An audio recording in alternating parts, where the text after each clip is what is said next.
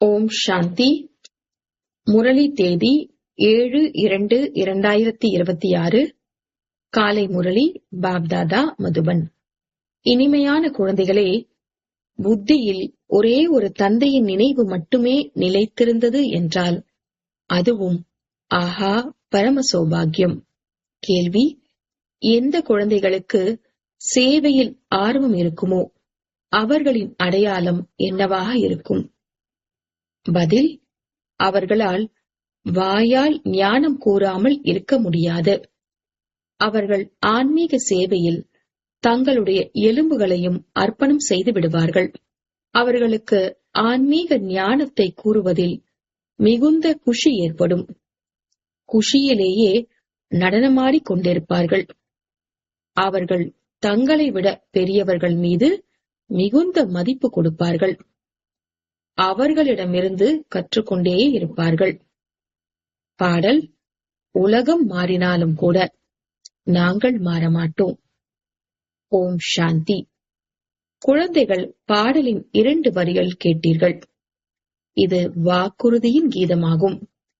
எப்படி ஒருவருக்கு நிச்சயதார்த்தம் ஆகிவிட்டது என்றால் ஆண் பெண் ஒரு பொழுதும் ஒருவரை ஒருவர் கைவிட மாட்டார்கள் என்று உறுதியேற்கிறார்கள். ஒரு சிலருக்கு தங்களுக்குள் ஒத்து வரவில்லை என்றால் விட்டுவிடவும் செய்கிறார்கள். இங்கு குழந்தைகளாகிய நீங்கள் யாரிடம் வாக்குறுதி அளிக்கிறீர்கள்? இறைவனிடம். அவருடைய குழந்தைகளாகிய உங்களுடைய, அதாவது மணமகள்களின் நிச்சயதார்த்தம் ஆகியுள்ளது. ஆனால் உலகத்திற்கு அதிபதியாக ஆக்கிவிடும் அப்பேற்பட்டவரை கூட கைவிட்டு விடுகிறார்கள். இங்கு குழந்தைகளாகிய நீங்கள் அமர்ந்துள்ளீர்கள்.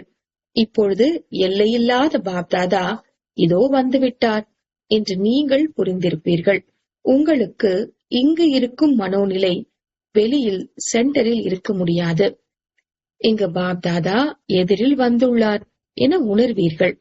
வெளியில் சென்டரில் இருப்பவர்கள் பாபா வாசித்திருக்கும் முரளி இதோ வந்துவிட்டது என்று நினைப்பார்கள். இங்கே இருப்பதற்கு அங்கே இருப்பதற்கும் இடையே நிறைய வித்தியாசம் உள்ளது. ஏனெனில் இங்கு எல்லையில்லாத பாப்தாதாவிற்கு முன்னால் நீங்கள் அமர்ந்துள்ளீர்கள். அங்கோ நீங்கள் முன்னால் இருப்பதில்லை. நேரிடையாக சென்று முரளி கேட்போம் என்று விரும்புகிறார்கள். பாபா இதோ வந்துவிட்டார் என்று இங்கே குழந்தைகளின் புத்தியில் வந்தது. எப்படி மற்ற சத்சங்கங்கள் இருக்கின்றன, அங்கு குறிப்பிட்ட இந்த சுவாமி வரப்போகிறார் என்று நினைப்பார்கள்.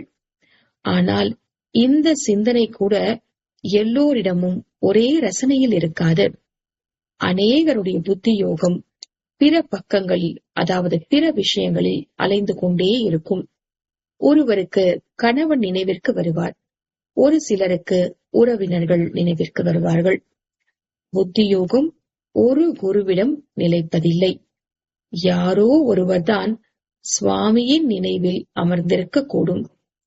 இங்கும் அவ்வாறே. அப்படியின்றி எல்லோரும் சிவபாபாவின் நினைவில் இருக்கிறார்கள் என்பதல்ல. புத்தி எங்காவது ஓடிக்கொண்டே இருக்கிறது.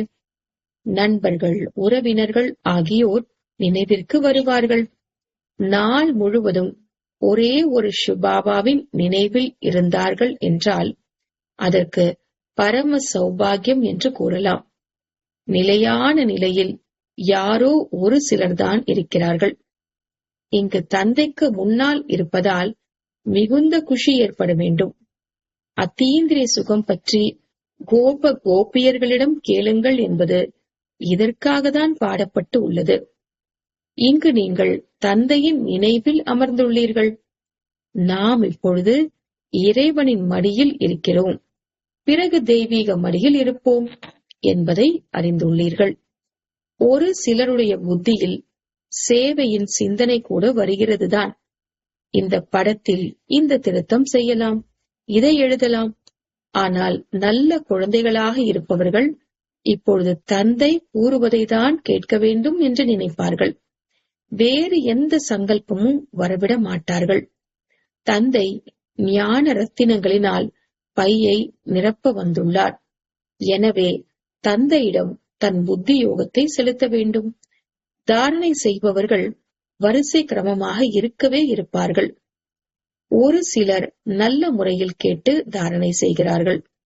ஒரு சிலர் குறைவாக தாரணை செய்கிறார்கள். புத்தி யோகம் வேறு பக்கம் ஓடிக்கொண்டே இருந்தால் பிறகு தாரணை ஆகாது. பக்குவம் இல்லாதவர்களாக இருந்து விடுவார்கள். ஓரிரு முறை முரளி கேட்பார்கள். தாரணை ஆகவில்லை என்றால் பிறகு அந்த பழக்கம் உறுதியாகிக் கொண்டே போகும். பிறகு எவ்வளவுதான் கேட்டுக்கொண்டே இருந்தாலும் தாரணையாகாது. பிறருக்கு ஞானம் கூற முடியாமல் இருப்பார்கள். யாருக்கு தாரணையாகுமோ அவர்களுக்கு பிறகு சேவையில் ஆர்வம் இருக்கும். துடித்துக் கொண்டே இருப்பார்கள். போய் ஞான செல்வத்தை தானம் செய்ய வேண்டும் என்று யோசிப்பார்கள். ஏனெனில் இந்த செல்வம் ஒரு தந்தையை தவிர வேறு யாரிடமுமே கிடையாது. எல்லோருக்கும் தாரணையாக முடியாது என்பதை தந்தை அறிந்துள்ளார். எல்லோரும் ஒரே மாதிரி உயர்ந்த பதவி அடைய முடியாது. எனவே புத்தி வேறு பக்கம் அலைந்து கொண்டே இருக்கிறது. வருங்கால அதிர்ஷ்டம் அந்த அளவிற்கு உயர்ந்ததாக அமைவதில்லை. ஒரு சிலர் பிறகு ஸ்தூல சேவையில் தங்களுடைய எலும்புகளை கொடுக்கிறார்கள். எல்லோரையும் திருப்திப்படுத்துகிறார்கள். எப்படி உணவு சமைத்து உணவூட்டுகிறார்களோ அதுபோல் இதுவும் சப்ஜெக்ட் அல்லவா? யாருக்கு சேவையில் ஆர்வம் இருக்குமோ அவர்கள் வாயால் பிறருக்கு கூறாமல் இருக்க மாட்டார்கள்.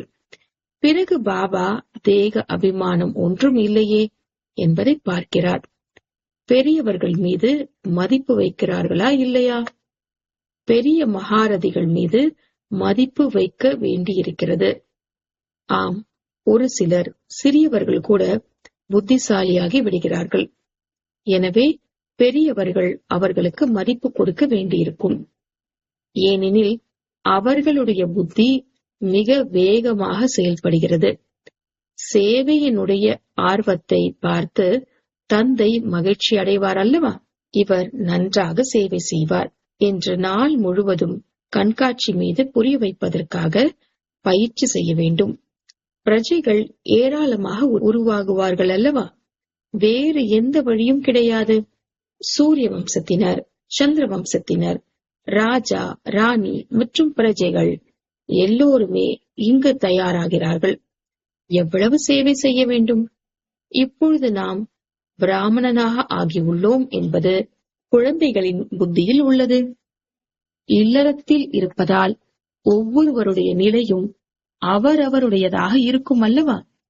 வீடு வாசலை ஒன்றும் விட வேண்டியதில்லை. வீட்டில் தாராளமாக இருங்கள். ஆனால் பழைய உலகம் முடிந்துவிட்டது போல புத்தியில் நிச்சயம் கொண்டிருக்க வேண்டும் என்று தந்தை கூறுகின்றார். நமக்கு இப்பொழுது தந்தையிடம்தான் காரியம் ஆக வேண்டி உள்ளது. முந்தைய கல்பத்தில் யார் ஞானம் எடுத்தார்களோ அவர்கள் எடுப்பார்கள் என்பதை அறிந்துள்ளீர்கள். வினாடிக்கு வினாடி அனைத்தும் மிக சரியாக திரும்ப நடைபெற்றுக் கொண்டிருக்கிறது. ஆத்மாவில் ஞானம் இருக்கிறது அல்லவா? தந்தையிடம் கூட ஞானம் இருக்கிறது. குழந்தைகளாகி நீங்கள் கூட தந்தையைப் போல் ஆக வேண்டும். பாயிண்ட்ஸை தாரணை செய்ய வேண்டும். எல்லா பாயிண்ட்ஸ்களும் ஒரே நேரத்தில் புரிய வைக்கப்படுவதில்லை. விநாசம் கூட எதிரிலேயே உள்ளது. இது அதே விநாசமாகும். சத்யுக திரேதாவில் எந்த ஒரு சண்டையும் நடப்பதில்லை. பின்னால் நிறைய தர்மங்களாகிவிடும் பொழுது மற்றும் சேனைகளாகிவிடும் பொழுது சண்டை ஆரம்பமாகிறது. முதலில் ஆத்மாக்கள் சத்தோ பிரதான நிலையிலிருந்து இறங்குகிறார்கள். பிறகு சத்தோ, ரஜோ, தமோ என்ற நிலைகள் ஆகின்றது. எனவே இவை எல்லாமே புத்தியில் இருக்க வேண்டும். எப்படி ராஜதானி ஸ்தாபனை ஆகிக் கொண்டிருக்கிறது. இங்கு அமர்ந்திருந்தீர்கள் என்றால் ஷுபாபா வந்து நமக்கு பொக்கிஷங்கள் அளிக்கிறார். அவற்றை புத்தியில் தாரணை செய்ய வேண்டும் என்பதை புத்தியில் வைத்திருக்க வேண்டும். நல்ல நல்ல குழந்தைகள் நோட்ஸ், அதாவது கருத்துக்களை எழுதுகிறார்கள். எழுதுவது நல்லது. பிறகு புத்தியில் தலைப்புகள், அதாவது டாபிக்ஸ் வந்து கொண்டே இருக்கும். இன்றைக்கு இந்த டாபிக் மீது புரிய வைப்போம். நான் உங்களுக்கு எவ்வளவு பொக்கிஷங்கள் அளித்துள்ளேன் என்று தந்தை கூறுகின்றார். சத்யுக திரேதாவில் தங்களிடம் ஏராளமான செல்வம் இருந்தது. பிறகு வாம மார்க்கத்தில் சென்றதால் அது குறைந்து கொண்டே போயிற்று. குஷியும் குறைந்து கொண்டே போனது. கொஞ்சம் கொஞ்சமாக விக்கர்மங்கள் ஏற்பட ஆரம்பிக்கிறது. இறங்க இறங்க கலைகள் குறைந்து கொண்டே போகிறது. சத்தோ பிரதான, சத்தோ, ரஜோ, தமோ என்ற நிலைகள் ஏற்படுகின்றன. சத்தோவிலிருந்து ரஜோவில் வருகிறார்கள் என்றால் சட்டென்று வந்து விடுவார்கள் என்பதல்ல. மெது மெதுவாக இறங்குகிறார்கள். தமோ பிரதான நிலையில் கூட மெது மெதுவாக படி இறங்கிக் கொண்டே செல்கிறீர்கள். கலைகள் குறைந்து கொண்டே போகின்றன. நாளுக்கு நாள் குறைந்து கொண்டே போகிறது. இப்பொழுது தாண்டி குதிக்க, அதாவது தீவிரமாக செயல்பட வேண்டும். அதாவது தமோ பிரதான நிலையிலிருந்து சத்தோ பிரதானமாக ஆக வேண்டும். அதற்காக நேரமும் வேண்டும். ஏறினால் ஒரேடியாக வைகுண்ட நிலை என்ற பாடல் உள்ளது. காமத்தினுடையது அடி விழுந்தது என்றால் ஒரே அடியாக சுக்கு நூறாக ஆகிவிடுகிறார்கள். எலும்புகள் நொறுங்கி விடுகின்றன. ஒரு சில மனிதர்கள் தற்கொலை செய்கிறார்கள். தங்களது உடலை அழித்துக் கொள்கிறார்கள். ஆத்மாவை அல்ல, இங்கு தந்தையிடமிருந்து ஆஸ்தி பெற வேண்டும். தந்தையை நினைவு செய்ய வேண்டும். ஏனெனில் தந்தையிடமிருந்து அரசாட்சி கிடைக்கிறது. நான் தந்தையை நினைவு செய்து வருங்காலத்திற்காக எவ்வளவு சம்பாதித்தேன் என்று நம்மை நாமே கேட்க வேண்டும். எத்தனை குருடர்களுக்கு வழிகாட்டியாக, அதாவது கைத்தடியானேன். இந்த பழைய உலகம் மாறிக்கொண்டிருக்கிறது என்ற செய்தியை வீட்டுக்கு வீடு கொடுக்க வேண்டும். தந்தை புதிய உலகத்திற்கான ராஜயோகம் கற்பித்துக் கொண்டிருக்கிறார். ஏணிப்படியில் எல்லாமே காண்பிக்கப்பட்டுள்ளது. அதை தயாரிப்பதில் முயற்சி தேவைப்படுகிறது. எப்படி சுலபமாக தயாரித்தால் யார் வேண்டுமானாலும் புரிந்து கொண்டு விட முடியும் என்று நாள் முழுவதும் சிந்தனை நடந்து கொண்டே இருக்கிறது. முழு உலகமும் வராது. தேவி தேவதா தர்மத்தினர்தான் வருவார்கள். உங்களுடைய சேவை நிறைய நடக்க வேண்டி உள்ளது. நம்முடைய இந்த வகுப்பு எதுவரை நடக்கும் என்பதை நீங்கள் அறிந்துள்ளீர்கள். அவர்கள் கல்பத்தின் ஆயுள் லட்சக்கணக்கான வருடங்கள் என்று நினைக்கிறார்கள். எனவே சாஸ்திரங்கள் ஆகியவற்றை கூறிக்கொண்டே இருக்கிறார்கள். முடிவு ஏற்படும் பொழுது அனைவரின் சத்கதி தாத்தா வருவார். மேலும் தமது சீடர்களுக்கு மோட்சம் கிடைத்துவிடும். பிறகு நாம் கூட சென்று ஜோதியில் கலந்து விடுவோம் என்று நினைக்கிறார்கள். ஆனால் அப்படி ஒன்றும் கிடையாது. நாம் அமரராகிய தந்தை மூலமாக உண்மையிலும் உண்மையான அமர கதையை கேட்டுக்கொண்டிருக்கின்றோம் என்பதை நீங்கள் இப்பொழுது அறிந்துள்ளீர்கள். எனவே அமர தந்தை கூறுவதை ஏற்றுக்கொள்ளவும் வேண்டும். என்னை நினைவு செய்யுங்கள், தூய்மையாகுங்கள் என்று மட்டும் கூறுங்கள். இல்லையென்றால் தண்டனையும் நிறைய வாங்க வேண்டி வரும். பதவியும் குறைவாகத்தான் கிடைக்கும். சேவையில் உழைப்பு தர வேண்டும். எப்படி ததிக்ஷ முனிவரின் உதாரணம் உள்ளது. எலும்புகளை கூட சேவையில் கொடுத்து விட்டார். தனது உடலை பற்றி கூட சிந்திக்காமல் நாள் முழுவதும் சேவையில் இருப்பது, அதற்குதான் சேவையில் எலும்புகளை சமர்ப்பிப்பது என்று கூறுவார்கள். ஒன்று ஸ்தூல எலும்பு சேவை, அதாவது உடல் உழைப்பு. மற்றொன்று ஆன்மீக எலும்பு சேவை, அதாவது ஞான தானம். ஆன்மீக சேவை செய்பவர்கள் ஆன்மீக ஞானத்தை கூறுவார்கள். செல்வத்தை தானம் செய்தபடியே குஷியில் நடனமாடிக்கொண்டே இருப்பார்கள். உலகத்தில் மனிதர்கள் செய்யும் சேவை எல்லாமே ஸ்தூல சேவையாகும். சாஸ்திரங்கள் கூறுகிறார்கள், அது ஒன்றும் ஆன்மீகமே கிடையாது. ஆன்மீக சேவையை தந்தை மட்டுமே வந்து கற்பிக்கின்றார். ஆன்மீக தந்தைதான் வந்து ஆத்மீக குழந்தைகளுக்கு கற்பிக்கின்றார். குழந்தைகளாகி நீங்கள் இப்பொழுது சத்யுக புது உலகத்திற்கு செல்வதற்காக ஏற்பாடு செய்து கொண்டிருக்கிறீர்கள். அங்கு உங்கள் மூலமாக எந்த ஒரு விக்ரமமும் ஏற்படாது. அது இருப்பதே ராமராஜ்யமாகும். அங்கு குறைவானவர்கள்தான் இருப்பார்கள். இப்பொழுது ராவண ராஜ்யத்தில் எல்லோருமே துக்கமானவர்களாக இருக்கிறார்கள் அல்லவா? இந்த முழு ஞானம் கூட உங்களது புத்தியில் வரிசை கிரமமான முயற்சிக்கு ஏற்ப உள்ளது. இந்த ஏணிப்படியில் படத்திலேயே முழு ஞானமும் வந்துவிடுகிறது. இந்த கடைசி பிறவியில் தூய்மையாக ஆனீர்கள் என்றால் தூய்மையான உலகத்திற்கு அதிபதி ஆகிவிடுவீர்கள் என்று தந்தை கூறுகின்றார். நான் சத்தோ பிரதானமான நிலையிலிருந்து தமோ பிரதானமாக ஆகி உள்ளோம். மீண்டும் நினைவு யாத்திரையினால்தான் சத்தோ பிரதானமாக ஆகிவிடுவோம் என்று மனிதர்களும் தெரிய வரும் வகையில் நீங்கள் தெளிவாக புரிய வைக்க வேண்டும். படத்தை பார்த்தார்கள் என்றால் புத்தி வேலை செய்யும். இந்த ஞானம் வேறு யாரிடமும் இல்லை. இதில், அதாவது ஏணிப்படியில், மற்ற தர்மங்களின் சமாச்சாரம் எங்கே என்பார்கள். இவை பிறகு இந்த கால சக்கரத்தில் எழுதப்பட்டுள்ளது. அவர்கள் புதிய உலகத்தில் வருவதில்லை. அவர்களுக்கு அமைதி கிடைக்கிறது. பாரதவாசிகள்தான் ஸ்வர்க்கத்தில் இருந்தார்கள் அல்லவா? தந்தை கூட பாரதத்தில் வந்து ராஜயோகம் கற்பிக்கின்றார். எனவே பாரதத்தினுடைய பழமையான யோகத்தை எல்லோரும் விரும்புகிறார்கள். இந்த படங்கள் மூலமாக தானாகவே புரிந்து கொண்டு செல்வார்கள். உண்மையில் புது உலகத்தில் பாரதம் மட்டும் இருந்தது. தங்களுடைய தர்மத்தை பற்றியும் புரிந்து கொண்டே செல்வார்கள்.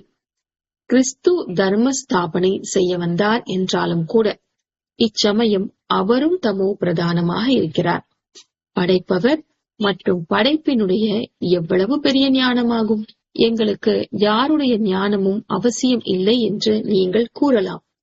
பணத்தை நாம் என்ன செய்ய போகின்றோம்? நீங்கள் கேளுங்கள், மற்றவர்களுக்கும் கூறுங்கள். இந்த படங்கள் ஆகியவற்றை அச்சிடுங்கள். இந்த படங்களினால் காரியம் செய்ய முடியும். இந்த ஞானத்தை கூறும் வகையில் ஹால் அமையுங்கள். மற்றபடி நாங்கள் பணம் வாங்கி என்ன செய்வோம்? உங்களுடைய வீட்டிற்கு தான் நன்மை ஆகிறது. நீங்கள் ஏற்பாடு மட்டும் செய்து கொடுங்கள். நிறைய பேர் வந்து படைப்பவர் மற்றும் படைப்பினுடைய ஞானமோ மிகவும் நன்றாக இருக்கிறது என்று கூறுவார்கள். இதுவோ மனிதர்கள் தான் புரிந்து கொள்ள வேண்டும். வெளிநாட்டினர் இந்த ஞானத்தை கேட்டு மிகவும் விரும்புவார்கள், மிகவும் குஷி அடைவார்கள். நாங்கள் கூட தந்தையிடம் யோகம், அதாவது நினைவை செய்தோம் என்றால் விக்ரமங்கள் விநாசம் ஆகும் என்பதை புரிந்து கொண்டு விடுவார்கள். அனைவருக்கும் தந்தையின் அறிமுகத்தை கொடுக்க வேண்டும். இந்த ஞானத்தை இறைவனை தவிர வேறு யாரும் அளிக்க முடியாது என்பதை புரிந்து கொண்டு விடுவார்கள். குதா, அதாவது கடவுள் வந்து பகிஷத், அதாவது ஸ்வர்க்கத்தை ஸ்தாபனை செய்தார் என்று கூறுகிறார்கள். ஆனால் அவர் எப்படி வருகிறார் என்பது யாருக்குமே தெரியாது. உங்களுடைய விஷயங்களை கேட்டு குஷி அடைவார்கள். பிறகு முயற்சி செய்து யோகத்தை கற்றுக்கொள்வார்கள். தமோ பிரதானமான நிலையிலிருந்து சத்தோ பிரதானமாக ஆவதற்கு முயற்சி செய்வார்கள். சேவைக்காக நிறைய சிந்தனை செய்ய வேண்டும். பாரதத்தில் திறமையை வெளிப்படுத்தினீர்கள் என்றால் பிறகு பாபா வெளிநாட்டிற்கு அனுப்புவார். இந்த இயக்கம் வெளிநாடுகளுக்கு கூட போகும். இப்பொழுது நேரம் இருக்கிறதல்லவா? புது உலகம் அமைப்பதில் தாமதம் ஆகிறதா என்ன? எங்காவது பூகம்பம் ஆகியவை ஏற்பட்டால் 2-3 வருடங்களுக்குள் முற்றிலுமே புதிய வீடுகள் ஆகியவற்றை அமைத்து விடுகிறார்கள். தொழிலாளிகள் நிறைய பேர் இருந்தால், பொருட்கள் எல்லாமே தயாராக இருந்தது என்றால் கட்டுவதற்கு தாமதம் ஏற்படுமா என்ன? வெளிநாட்டில் வீடுகள் எப்படி தயாராகின்றன? 1 நிமிடத்தில் 1 மோட்டார் போல். அப்படியானால் எவ்வளவு சீக்கிரமாக அமைக்கப்படக்கூடும்? தங்கம், வெள்ளி ஆகியவை உங்களுக்கு நிறைய கிடைத்து விடுகின்றன.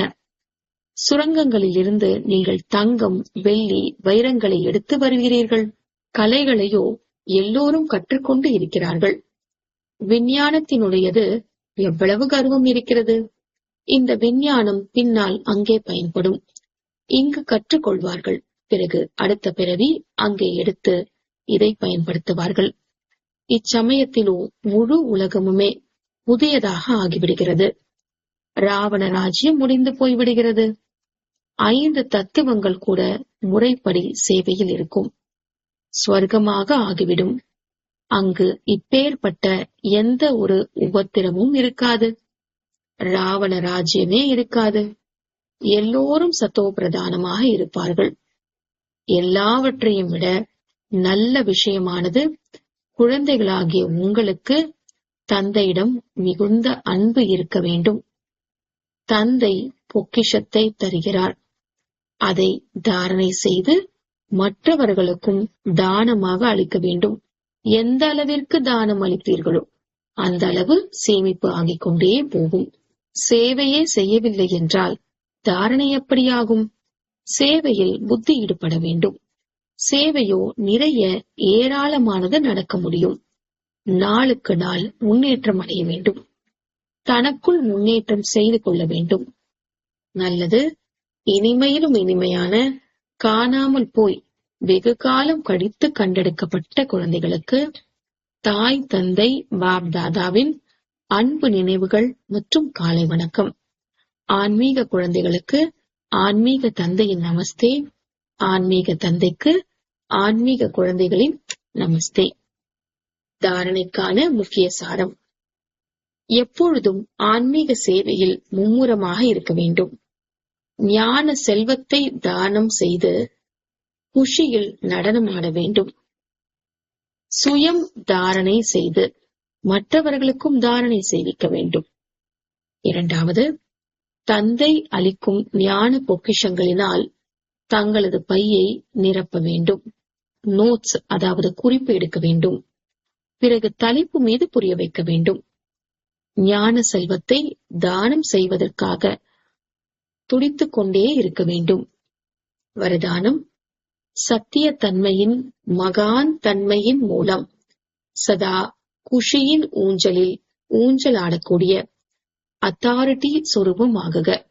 சத்திய தன்மையின் மகான் தன்மையின் மூலம் சதா குஷியின் ஊஞ்சலில் ஊஞ்சலாடக்கூடிய அத்தாரிட்டி சொரூபம் ஆகுக. விளக்கம்: உண்மை என்ற படகு ஆடும் அசையும், ஆனால் மூழ்காது என்ற பாடல் சத்தியத்தின் அத்தாரிட்டி சொரூப குழந்தைகளுடையது. சத்தியம் என்ற படகு ஆடும் அசையும், ஆனால் மூழ்கெடுக்க முடியாது. உங்களை யார் வேண்டுமானாலும் அசைக்க முயற்சி செய்யட்டும். ஆனால் சத்தியத்தின் மகான்தன்மை மூலம் மேலும் குஷி என்ற ஊஞ்சலில் அவர்கள் உங்களை அசைப்பதில்லை, ஊஞ்சலை ஆட்டுகிறார்கள். இது அசைப்பதில்லை, ஊஞ்சலாட்டுவதாகும். ஆகையால் அவர்களுக்கு நன்றி தெரிவிங்கள். நீங்கள் ஆட்டுங்கள், நாங்கள் பாபாவுடன் சேர்த்து ஊஞ்சலாடுகின்றோம். ஸ்லோகன்: அனைத்து சக்திகளின் லைட், அதாவது ஒளி சதா கூடவே இருந்தால் மாயா அருகாமையில் வர முடியாது. அனைத்து சக்திகளின் லைட், அதாவது ஒளி சதா கூடவே இருந்தால் மாயா அருகாமையில் வர முடியாது. அவ்யக்த இஷாரே: ஒற்றுமை மற்றும் விசுவாசத்தின் விசேஷதா மூலம் வெற்றி நிறைந்தவர் ஆகுங்கள். ஒற்றுமை, தூய்மை நுட்பமானவை.